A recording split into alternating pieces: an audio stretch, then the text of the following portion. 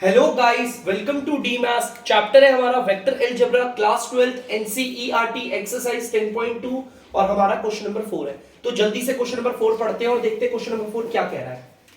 Find the values of x and y. हमें x की और वाई की दोनों की वैल्यू निकालनी है सो दैट द वेक्टर्स, हमारा ये वाला वेक्टर और हमारा ये वाला वेक्टर दोनों इक्वल है। ठीक है, और मैंने आपको डेफिनेशन में बताया था ये वेक्टर और ये वेक्टर अगर इक्वल है, इक्वल वेक्टर किसे कहते हैं।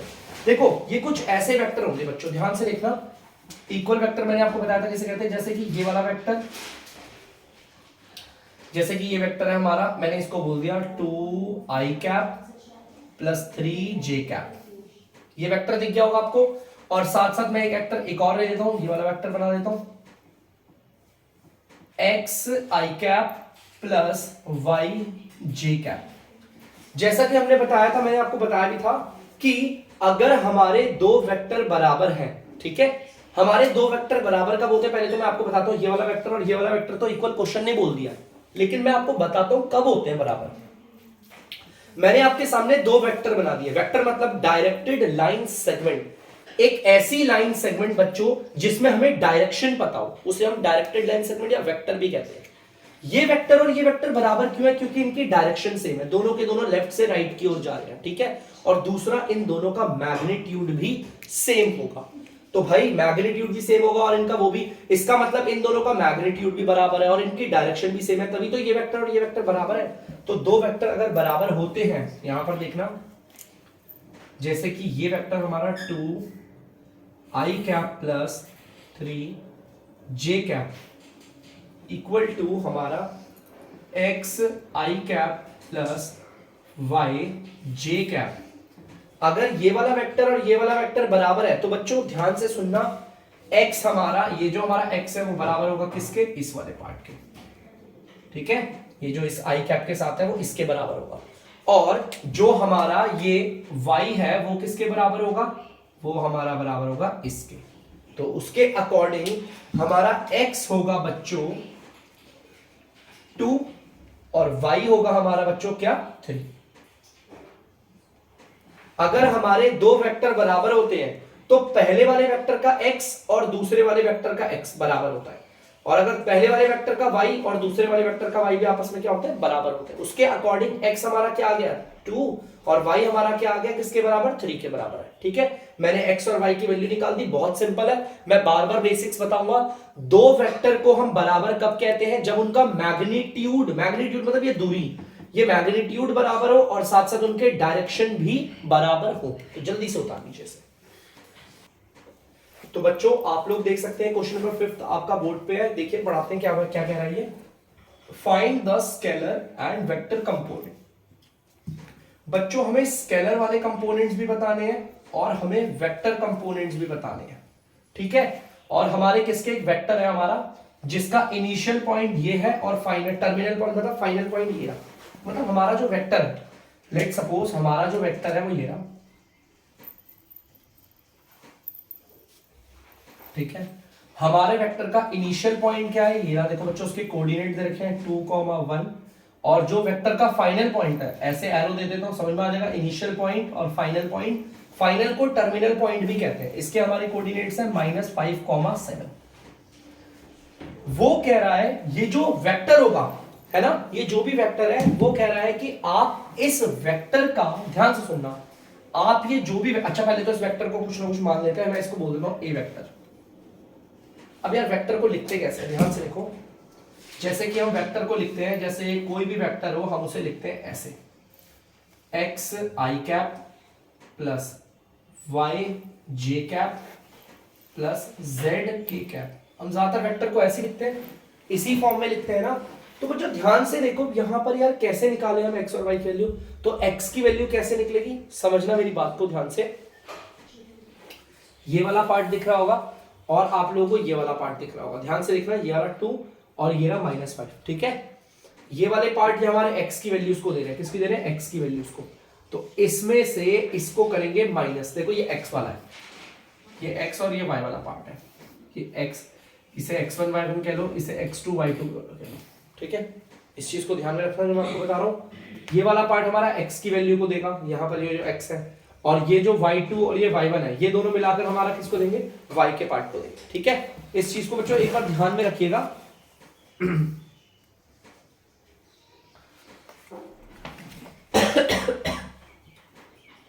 तो हम करते हैं, ध्यान से देखना कैसे मिलेगा x का पार्ट। ये वाला जो x का पार्ट है कैसे आएगा, इस वाले पार्ट को इस वाले पार्ट से माइनस कर देंगे। देखो कैसे आएगा, ये माइनस के 5 को इस वाले पार्ट को और इस वाले पार्ट को माइनस करेंगे। ठीक है, देखो x की जगह पर रख दिया i कैप प्लस y वाला पार्ट कैसा आएगा, जब मैं इस वाले पार्ट को इस वाले पार्ट से माइनस करूं, 7 को 1 से कर दो, हमारा j कैप y वाला पार्ट आ गया।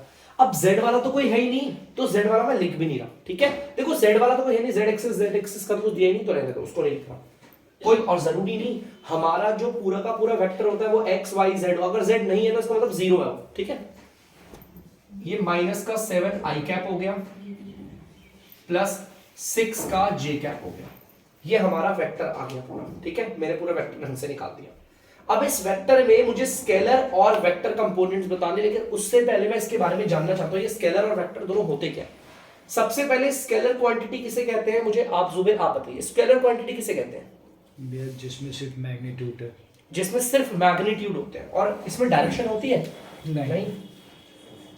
तो स्केलर वाली बतानी है मुझे, स्केलर कंपोनेंट्स बताने हैं। स्केलर कंपोनेंट्स में सिर्फ मैग्नीट्यूड होता है। देखो मैग्नीट्यूड ये रहा माइनस का 7 कॉमा, और यहां पर हमारा मैग्नीट्यूड क्या है 6, बस ये है स्केलर। जैसा कि जुबेर ने बोला, स्केलर कंपोनेंट में सिर्फ मैग्नीट्यूड लेते हैं, डायरेक्शन का कोई रोल नहीं होता। तो यहां पर हमने सिर्फ -7 को लिया और 6 को, क्योंकि आई कैप और जे कैप हमारी डायरेक्शंस बता रहे हैं। ठीक है, इनको नहीं लेंगे। अब वेक्टर क्वांटिटी किसे कहते हैं, सोनी आप बताइए बेटा। ये जिनके पास मैग्नीट्यूड भी हो और डायरेक्शन भी हो। मैग्नीट्यूड होना चाहिए उसके साथ डायरेक्शन भी, तो मैं इन दोनों को लूंगा माइनस का 7 आई कैप। अब बहुत बच्चे बोलेंगे सर ये डायरेक्शन कैसे बता रहा है, माइनस का 7 तो आप देखो 7 क्या आपका मैग्नीट्यूड है, और माइनस का आई कैप पता है क्या बता रहा है, देखो ध्यान से, हमारी एक्स एक्सिस देखो ये होती है ऐसे, ये बता रहा है माइनस का आई कैप कि ये जो x है ना, एक्स एक्सिस में 7 पीछ इस तरफ है, लेफ्ट की ओर है। देखो ऐसे 7 लेफ्ट की ओर है। हमें कैसे पता चला ये 7 लेफ्ट की ओर है, क्योंकि माइनस का आई कैप है। आई कैप हमारी एक्स एक्सिस के लिए लगता है, और यह माइनस का मतलब है ये इधर की ओर आ रहा है। ठीक है, इस चीज को ध्यान रखना, ये इधर की ओर आ रहा है। अगर ये प्लस का 7 आई कैप होता तो आपको पता है फिर प्लस आई कैप का मतलब है ये एक्स एक्सिस में राइट की ओर जा रहा है। ठीक है, देखो डायरेक्शन पता चल गई ना, ओरिजिन से लेफ्ट की ओर जा रहा है। ठीक है, तो यहां पर ये पूरा का पूरा कंपोनेंट हमारा वेक्टर क्यों है, मैग्नीट्यूड भी और डायरेक्शन भी है। तो सेम अब यहां पर हम इसको क्या ले लेंगे 6j कैप। अब बहुत बच्चे बोलेंगे सर मैग्नीट्यूड और डायरेक्शन दोनों बताओ। मैग्नीट्यूड तो 6 हो गया, डायरेक्शन j कैप है वो भी पॉजिटिव। j कैप डायरेक्शन बताता है हमारी y एक्सिस पे, ये देखो y एक्सिस है और ये ओरिजिन है। ये प्लस का j कैप है ना, तो इसका मतलब हमारी ये जो भी वैल्यू है वो 6 ऊपर की ओर दी हुई पॉजिटिव की तरफ। ठीक है, देखो पता चल गया ना, ओरिजिन से ऊपर की ओर y की एक्सिस की तरफ। ठीक है, तो बच्चों ये हमारे स्केलर कंपोनेंट थे और ये हमारे वेक्टर कंपोनेंट थे, और मैंने आपको दिखा भी दिया वेक्टर क्यों है। क्योंकि यहां पर हमें मैग्नीट्यूड और डायरेक्शन पता चल रही है और यहां पर सिर्फ मैग्नीट्यूड पता चल रहा है। ठीक है, तो प्लीज बच्चों इसे जल्दी से उतार लीजिए। तो बच्चों आप लोग देख सकते हैं क्वेश्चन नंबर 6 हमारा, तो देखिए क्वेश्चन नंबर 6 क्या कह रहा है, find the sum of the vectors. हमारा ये ए वेक्टर ये रहा, बी वेक्टर आपका ये रहा, और सी वेक्टर ये रहा। हमें इन तीनों वेक्टरों का सम निकालना है, मतलब हमें A vector plus B vector plus C vector निकालना है, इन तीनों को जोड़ना है। तो पहले ए वेक्टर लिख लेते हैं बच्चों, ये रहा आई कैप माइनस का 2j कैप प्लस का k कैप, फिर प्लस हमने देखो ये वाला उतार दिया, उसके बाद हम दूसरा वाला उतार देते हैं, बी वेक्टर उतार देते हैं बच्चों। बी वेक्टर माइनस का 2, देखो माइनस का 2 आई कैप, माइनस साइन है ना इसलिए ब्रैकेट बना दिया, प्लस का 4j कैप प्लस का 5k कैप। ठीक है, अब आगे चलते हैं हम लोग, प्लस अब आगे सी वाला वेक्टर को उतार लेते हैं, ध्यान से एक बार बच्चों, आई कैप माइनस का 6j कैप माइनस का 7k कैप। ठीक है बच्चों, चलो ध्यान से देखते हैं, अब इन तीनों को जोड़ते हैं, घटाते हैं। आई कैप वाले तो देखो एक साथ होंगे सॉल्व, देखो देखते हैं, यहां पर 1 हो गया और यहां पर भी 1 हो गया, देखो यहां पर कुछ भी नहीं नंबर तो 1 मानते हैं। इसके साथ भी कुछ भी नहीं है तो हम क्या मानेंगे 1 मानेंगे। देखो इस 1 आई कैप और इस 1 आई कैप को देखो, इन दोनों को देखोगे तो 2 आई कैप हो जाएगा और ये माइनस का 2 आई कैप, तो ये कैंसिल हो जाएंगे, सारे कैंसिल हो गए। ठीक है, अब देखते हैं माइनस का 2 जे कैप, अगर इसके साथ सॉल्व करोगे और इसके साथ सॉल्व करोगे, सबके साथ इकट्ठे सॉल्व करोगे तो आपका आंसर आ जाएगा कर ले 2 और माइनस का 4 जे कैप, माइनस का 4 जे कैप। ठीक है, अगर आप इसे सॉल्व करोगे तो माइनस का 4 जे कैप आता है। अब के कैप वाले को देख लो, यहाँ पर के कैप प्लस का है, यहाँ पर भी प्लस का है, तो इन दोनों को करोगे 6 आ जाएगा, उसके साथ करोगे तो माइनस का के कैप आ गया। लो, तो बच्चों मैंने इन तीनों वेक्टर को जोड़कर निकाल दिया। ठीक है, आप देख लेना, तो छोटी क्लास में 12th क्लास में मैंने कितनी स्पीड में कराया, तो आप इसे देख लीजिएगा। तो हमारा A vector plus B vector plus C vector, इन तीनों वेक्टरों का जो समय वो किया है। ठीक है, उतार लीजिए। तो बच्चों आप लोग देख सकते हैं क्वेश्चन नंबर 7 हमारा क्या कह रहा है, फाइंड द यूनिट वेक्टर, हमें यूनिट वेक्टर निकालना है। ठीक है, यूनिट वेक्टर निकालना है और वो भी किसकी डायरेक्शन में, इसकी डायरेक्शन में, इस वाले वेक्टर की डायरेक्शन में। तो पहले तो हम अपना वेक्टर उतार लेते हैं। देखो ये रहा हमारा वेक्टर, तो हमें आई कैप प्लस जे कैप प्लस 2 के कैप, हमें इस वाले वेक्टर का यूनिट वेक्टर निकालना है। ठीक है, इस वाले वेक्टर का यूनिट वेक्टर निकालना है, जिसे हम ये कहते हैं, ये रहा आपका यूनिट वेक्टर।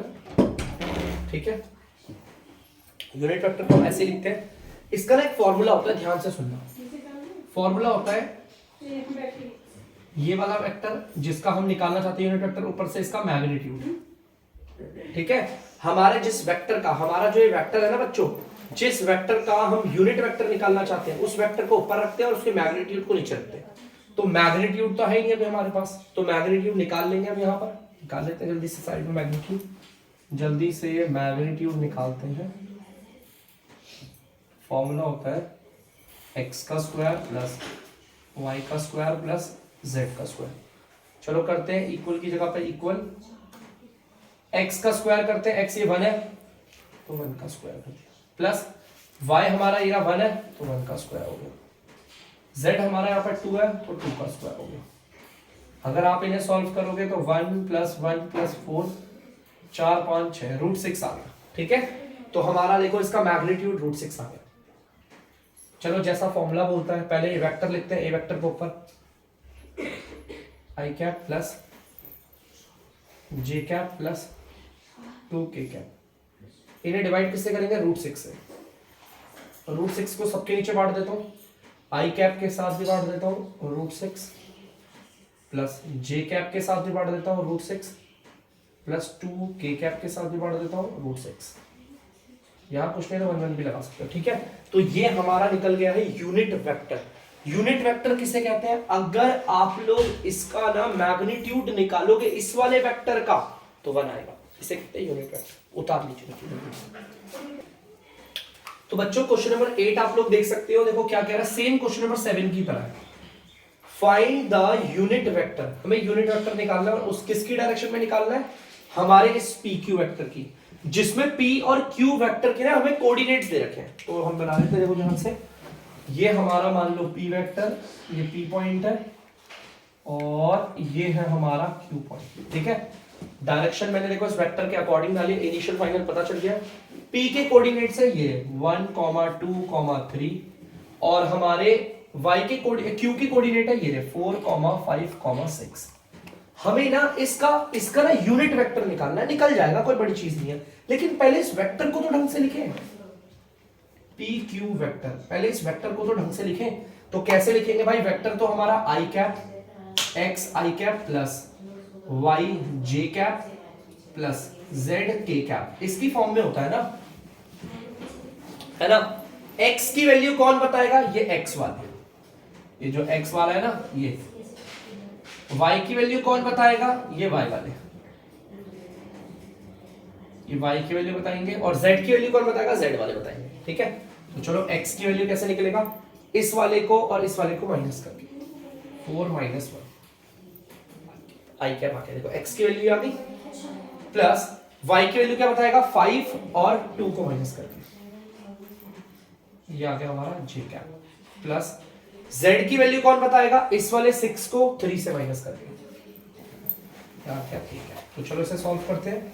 4 में से 1 गया 3 आई कैप, 5 में से 2 गया 3 जे कैप, 6 में 3 गया 3 के कैप। हमें इसका निकालना है यूनिट वेक्टर। तो चलो इस वाले वेक्टर को देखो लिख देना। अब मैंने अच्छे से लिख दिया वेक्टर। अब मेरे पास वेक्टर है, देखो 3 आई कैप प्लस 3 जे कैप प्लस 3 के कैप। हमें इसका यूनिट वेक्टर निकालना है। तो यूनिट वेक्टर निकालने के लिए तो ध्यान से सुनना, हम क्या करेंगे, इसका एक फॉर्मूला होता है। अगर हमें निकालना है, देखो ध्यान से, इसका यूनिट वेक्टर निकालना है ना, तो इसका फॉर्मूला क्या होता है, इस वेक्टर को रखते हैं ऊपर और इसके मैग्नीट्यूड को रखते हैं नीचे। तो यार ये तो आराम से निकल जाएगा, है ना। वेक्टर हमारे पास है, बस मैग्नीट्यूड निकालना है। मैग्नीट्यूड जल्दी से निकाल लेंगे। मैग्नीट्यूड का फॉर्मूला आपको पता ही होगा, अंडर रूट एक्स का स्क्वायर प्लस वाई का स्क्वायर प्लस जेड का स्क्वायर। आपको पता है, ये देखो पी क्यू का मैग्नीट्यूड निकाल रहे हैं तो एक्स ये है, इसका स्क्वायर होता है 9, वाई ये है, इसका स्क्वायर होता है 9, और जेड ये है, इसका स्क्वायर भी होता है 9। ये हो गया √27। ठीक है, अगर आप इसे सॉल्व करोगे तो 3√3 आ जाएगा, 3√3 आ। ठीक है, क्लियर है। तो चलो देखते हैं ध्यान से, हम क्या करेंगे, ध्यान से देखना। पी क्यू वेक्टर को लिख देंगे ऊपर 3 आई कैप प्लस 3 जे कैप प्लस 3 के कैप, और नीचे पी क्यू वेक्टर का मैग्नीट्यूड जो कि निकल के ये आया 3√3। अब ये 3√3 इन सबको दे देंगे। 3 आई कैप के नीचे भी आ जाएगा 3√3 प्लस 3 जे कैप के नीचे भी आ जाएगा 3√3 प्लस 3 के कैप के भी नीचे आ जाएगा 3√3। तो अगर कट रहे हैं तो काट लेते हैं, अगर कोई कट रहे हैं तो, जैसे ये 3 से ये 3 कट गया, इस 3 से ये 3, इस 3 से ये 3। तो ये जो वेक्टर निकला है ना बच्चों, वो हमारा है यूनिट वेक्टर। और कौन किसका यूनिट वेक्टर है, आपको दिख गया होगा, पी क्यू का यूनिट वेक्टर है, जिसमें पी क्यू से डिनोट करें। तो जल्दी से इसे उतार लीजिए। तो बच्चों क्वेश्चन नंबर 9 आप लोग देख सकते हैं। ठीक है, क्वेश्चन नंबर 9 में ध्यान से देखिएगा।